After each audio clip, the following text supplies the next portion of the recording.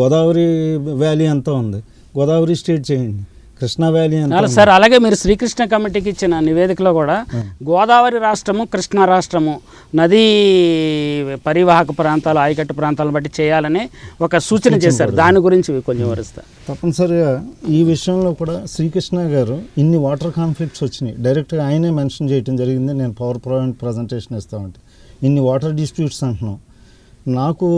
నేను రియల్గా water resources ఎక్స్పర్ట్ని కాదు, కానీ చెబుతూ ఉంటే వాటర్ రిసోర్స్ కాన్ఫ్లిక్ట్స్ కనిపిస్తున్నాయి. ఫైనల్గా రాజుగారు ఇంత ఎలా మీరు ఎక్స్ప్లెయిన్ చేశారు, నీ ఫైనల్ సొల్యూషన్ ఏంటని నువ్వేమని రికమెండ్ చేస్తావని చెప్పి నన్ను అడగటం జరిగింది. దానికి వెంటనే నేను ఇదే మ్యాప్ పవర్ పాయింట్ ప్రజెంటేషన్లో చూపించాను. ఇది మన ఆంధ్రప్రదేశే ఉన్నది కూడా. ఇక్కడ అందరూ గమనించవలసిన విషయం ఒకటి ఉందండి. మధ్యలో తెలంగాణ అన్నది హిల్లీ టెరైన్, అంటే ప్లేటూ అనమాట అండి. ఇలా కొండ మాదిరిగా ఉంటుంది, పీఠభూమి అండి, అండ్ హిల్లీ టెరైన్. సో ఇటువైపున ఒక వ్యాలీ, ఇటువైపున ఒక వ్యాలీ ఉంటుందండి. ఒకవైపు వ్యాలీ గోదావరి వ్యాలీ, ఇటువైపు వ్యాలీ కృష్ణా వ్యాలీ. ఇది కృష్ణా రివరు, ఇది గోదావరి రివరు. 2 రివర్ల మధ్యలో ఉన్నటువంటి హిల్లీ టెరైన్. అందుచేత ఇక్కడ అందరూ ఇంకొక విషయం గమనించవలసింది, నీళ్లు మా దగ్గర గోదావరి వ్యాలీ మీద ప్రాజెక్టులు కట్టలేదు, అదే కృష్ణా వ్యాలీ మీద ప్రాజెక్టులు కట్టారు, కానీ గోదావరిలో మమ్మల్ని అన్యాయం చేశారు అనే మాట పొలిటికల్గా చాలా ఎక్కువ వినపడుతూ ఉంటుంది. ప్రజలకు అందరూ గమనించవలసిన విషయం ఒకటి ఉంది, టెక్నికల్గా ఉన్న మేధావులు కూడా అందరూ గమనించవలసిన విషయం ఏంటంటే, ఇది మనం పొలిటికల్ మేనేజ్మెంట్ని బ్లేమ్ చేయటం చాలా పొరపాటైన విషయం. ఎందుచేతంటే శ్రీరామ్ సాగర్ ప్రాజెక్టు దిగువ నుంచి Godavari river flowing through a rift valley and పగులు లోయలే వెళ్తుంది. దానికి సరౌండింగ్ డిస్ట్రిక్ట్స్ అన్నీ కూడా లయింగ్ అట్ హయ్యర్ ఆల్టిట్యూడ్స్ అండి. అంటే ఎత్తైన river is flowing at 50 meters, but surrounding places are lying at the high altitudes more than 200 meters. That ఈ 2 వ్యాలీల మధ్యలోనూ ఇలా హిల్లీ టెరైన్, అంటే almost Warangal peaks of the Khammam జిల్లాలో కనుక చూస్తే 600 meterల ఎత్తులో ఉంటుంది. సో 600 meterల ఎత్తులో ఉండి ఇటువైపు కృష్ణా వైపు వచ్చిన హై ఆల్టిట్యూడ్సే, ఇటు గోదావరి వైపు వచ్చిన హై ఆల్టిట్యూడ్. ఇటువైపు వస్తే మహబూబ్ నగర్, ఇటువైపు వస్తే కిందకి వెళ్తే నల్గొండ, ఇటువైపు వస్తే మన నిజామాబాద్, కరీంనగర్, ఇటు some parts of Warangal and some parts of Khammam. So అంచేత it is lying on the mountain slope. It is a ridge region lying in between two rivers. అక్కడ that Godavari is flowing through a rift valley. So న్యాచురల్గా అక్కడ మన rift valley అంటే పగులు లోయ అంటే తెలుగులో. మీరు ఎవరైనా అమెరికా వాళ్ళని వెళ్ళినప్పుడు తెలుస్తూ ఉంటుంది, కాలిఫోర్నియా స్టేట్ దగ్గర గ్రాండ్ క్యానియాన్ అని ఒకటి ఉందండి. అంటే క్యానియాన్ అంటే ఏంటంటే ఎక్కడో కింద ఉంటుంది. అటువంటిది 600 kilometer length of Godavari river flowing through A canyon like structure. ఎక్కడ పోలవరం వచ్చాక అది గోదావరి మళ్ళీ పైకి లేసింది అనమాట. అంచేత అదే కింద ప్రాంతం వాళ్ళు నీకు కట్టుకున్నారని అంటారు. అది చాలా పొరపాటు విషయం.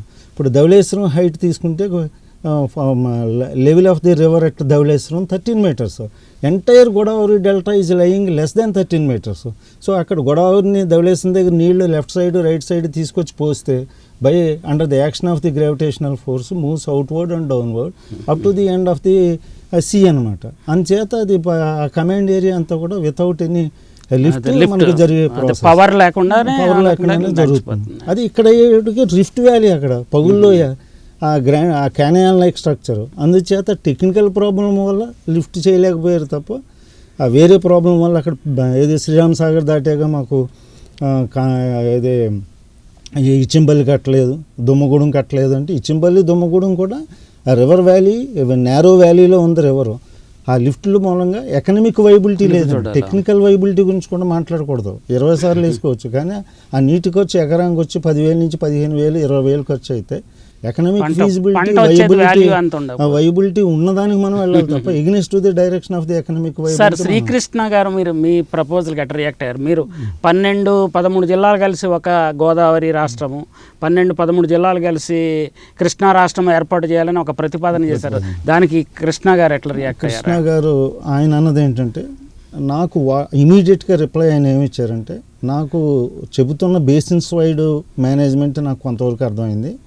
నేను నీ ప్రజెంటేషను ఇని ముందుగానే మనసులో అనుకున్నాను, ఇంకా అఫీషియల్గా అనౌన్స్ చేయలేదు. మొహ్లీ అని ఆయన్ని నేను ఎక్స్పర్ట్ కింద టీం కింద తీసుకొచ్చాను.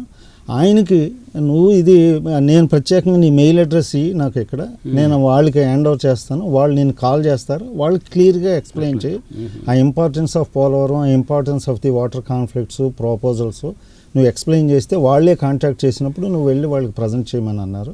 అదేవిధంగా మొహ్లీ గారికి కూడా 2 hours ఇచ్చిన అపాయింట్మెంట్ 1 hour ఎక్స్టెండ్ చేసి కూడా ఆయన మొత్తం ప్రాబ్లమ్స్ అని విని ఆయన కూడా ఒక మాట అన్నారు, నేను ఏంటి ఇంతలా నాకు క్లియర్గా ఎక్స్ప్లెయిన్ చేస్తున్నావు 3 dimensional కింద, నా చేతుల్లో ఉందని అనుకుంటున్నావా సమస్య అంతానే అని నన్ను అడిగారు. చాలా మీరు ఇంకోలా అనుకోకండి, 6 crores of people who are thriving along the coast line అందరు చూపు కూడా శ్రీకృష్ణ కమిటీ మీదే డిపెండ్ అయి ఉంది. అంచేత నేను ఇచ్చినట్లకి కనుక మీరు సాటిస్ఫై ఇక్కడ పోలవరం కట్టాలని మీరు కనుక ఒక మాట అంటే 6 కోట్ల మందికి అది అంటే అలా అంటావేంటి? ఇమీడియట్గా ఒరిస్సా వాళ్ళది సుప్రీంకోర్టులో ఉంది, నేను ఇచ్చిన ఈ జడ్జిమెంట్ వల్ల సుప్రీంకోర్టు కూడా తీసేసుకుంటుందా, నా డెసిషన్ తీసేసుకుంటుందని అనుకుంటున్నావా? ఇవి political and other legal conflicts ఉన్నాయేమో, అంచేత అది వేరే విషయం. కాకపోతే చెప్పింది అర్థమైంది, నేను చేయవలసిందంతా చేస్తాను. సార్ రాజుగారు శ్రీకృష్ణ కమిటీలో మాత్రం చాలా స్పష్టంగా మెన్షన్ చేశారండి, పోలవరం బ్యారేజ్ ఇప్పటివరకు చాలా వరకు వచ్చింది కాబట్టి దాన్ని తప్పకుండా కంప్లీట్ చేయాలి, ఇది రాష్ట్రానికి ఉపయోగపడుతుందని చెప్పారు. శ్రీకృష్ణ కమిటీలో మెన్షన్ చేశారండి. మేబీ మీ ఇంపాక్ట్ కమిటీ మీద తప్పకుండా ఉంటుందండి ఆలోచన. తప్పనిసరిగా చాలా పాజిటివ్గా రియాక్ట్ అయ్యారు అందరూ కూడా. మనసులో మాటలో మరికొన్ని విశేషాలు తరువాయి ఎపిసోడ్లో తెలుసుకుందాం.